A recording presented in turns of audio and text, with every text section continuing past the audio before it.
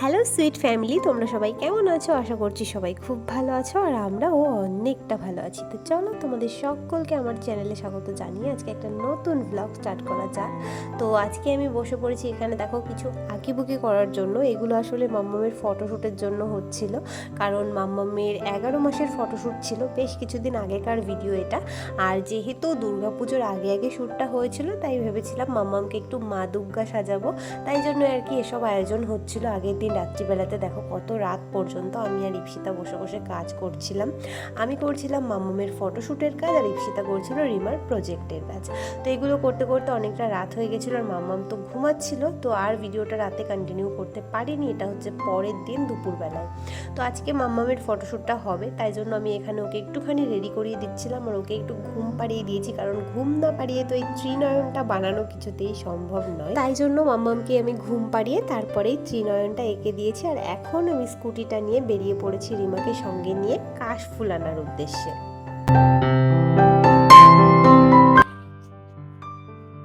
এই যে এখন আমরা যাব কাশফুল নিতে। এখানে হয়েছে কিন্তু ফোটেনি, এগুলো সব পরি হয়ে আছে। এই চাবিটা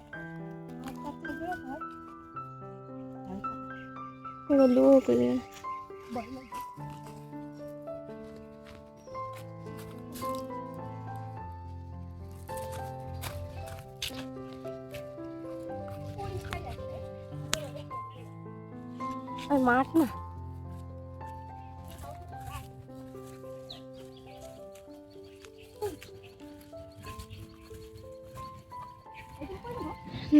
বড় করে নে, যদি ভেঙে যায় তখন। আসলে আমাদের আশেপাশে না সেরকম একটা কাশফুল দেখা যায় না বললেই চলে। আমি অন্তত আমাদের বাড়ির কাছাকাছি এই একটা জায়গা ছাড়া কোথাও সেইভাবে কাশফুল দেখিনি। প্রত্যেক বছর রাস্তা দিয়ে যাওয়া আসা করার সময় এই একটা জায়গাতেই দেখি কাশফুল ফোটে, সেটাও খুবই কম, জাস্ট কয়েকটা মাত্র ফুল ফোটে। আর প্রত্যেক বছর তো শুধু রাস্তা থেকে দেখাই হয়, কিন্তু এই বছর যেহেতু আমার দরকার ফুলটা, সেই কারণে আমি যখনই এখান দিয়ে যেতাম দেখতাম যে ফুলগুলো আছে কি না। তো এই যে দেখো অনেকগুলো নিয়েছি, আমরা তো কিছু একটা আনতেই ভুলে গেছিলাম কাটার জন্য, কিন্তু এখন একটা ছেঁড়ার একটা পদ্ধতি শিখে গেছি। তো ছোট কেন দে, আরে এইদিকে দেখ, এই যে বড় আছে।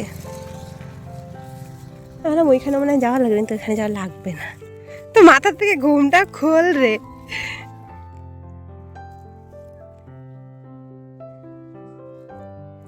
কি গরম, টানা লাগবে না, ওইটা ধরে হ্যাঁ ওরকম করে ছাড়া, দেখ একাই ঘুরে চলে আসবে। রিমা বললো যে এখন নাকি কোথাও পাওয়া যায় না। আমরা একটা জায়গায় পেয়েছি, 30 টাকা তেল খরচা করে আসলাম।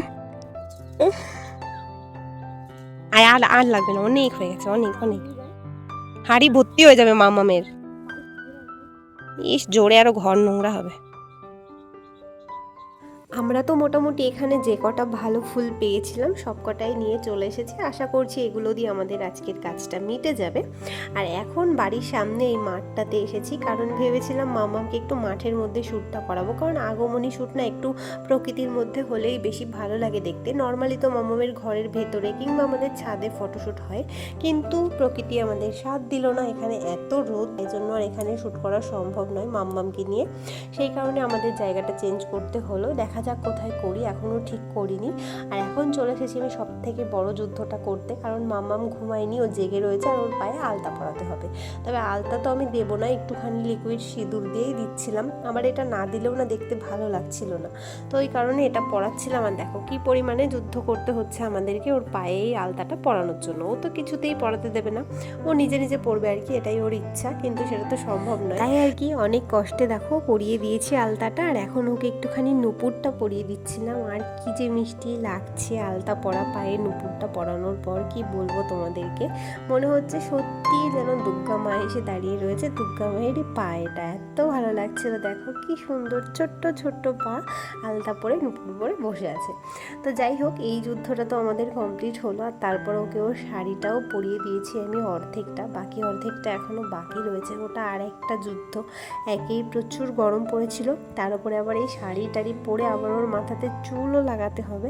তো সেটা নিয়ে একটু চাপে রয়েছে, কারণ যেহেতু দুর্গা মা, তো মাথাটা এরকম ন্যাড়া ন্যাড়া থাকলে তো একদমই দেখতে ভালো লাগবে না, তাই একটু তো চুল দিতেই হবে।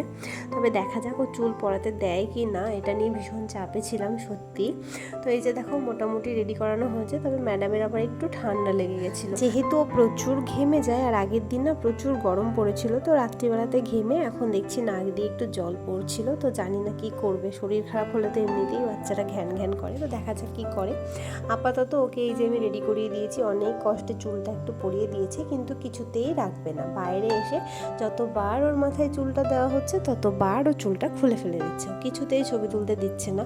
আর চুল না পড়ালে না কেমন ন্যাড়া ন্যাড়া লাগছে, একটু দেখতে ভালো লাগছে না, কি করব কে জানে। আর ওই যে বললাম যে মাঠের মধ্যে তো ছবি তোলা সম্ভব হয়নি, তাই জন্য এই যে এখন আমাদের বাড়ির সামনে এখানেই ওকে বসিয়ে দিয়েছিলাম। তবে এখানেও না সেরকম একটা ভালো হচ্ছিল না, কিন্তু এর বাইরে আমাদের আর কোনো অপশনও ছিল না। এই যে মামাম, এই যে এমাম হাসো নিয়ে আয় তো আর দুষ্ট হয়ে যাচ্ছে। যাই হোক বাবা, কোনো মতে তো আজকের শ্যুটটা আমাদের কমপ্লিট হলো আর কি। আর এতদিনে যতবার ফটোশ্যুট হয়েছে সব থেকে কষ্ট আজকে হয়েছে, মাম্মামের তো হয়েছে, সেই সাথে আমাদেরও। আর সব কষ্টের কারণ এই চুলটা না পড়ালে ও দিব্যি বসে আছে, হাসছে খেলছে, কিন্তু চুলটা দিলেই চুলটার দিকেই ওর অ্যাটেনশন চলে যাচ্ছে, চুলটাই শুধু টানতে থাকছে, আর কোনো দিকে কারোর কোনো কথাও শুনছে না, শুধু চুলটাই খুলবে এরকমই ওর ইচ্ছা। তো যাই হোক, ফটোশ্যুট হওয়ার পর এখন রাত্রিবেলাতে আমি বসে পড়েছি ঘর গোছাতে। সারাদিনে আমার টাইম হয় না, রাত্রিবেলাতে কি মনে হলো ঘর গোছাবো, ব্যাস শুরু করে দিলাম ঘর গোছাতে। যদিও আমার ভীষণ ডাস্ট অ্যালার্জি, তো ওই কারণে আর কি ধুলোতে খুব প্রবলেম হয়, কিন্তু তাও না আজকে কাজটা করতে ভীষণ ইচ্ছে করছিল। কারণ যেহেতু আমরা ঘর চেঞ্জ করেছি, মানে ইপসিতা আর রিমার ঘরে আমি মাম্মামকে নিয়ে শিফট করেছি, আর মাম্মামের ঘরে আর আমার ঘরে ইমা ইপসিতা চলে এসেছে।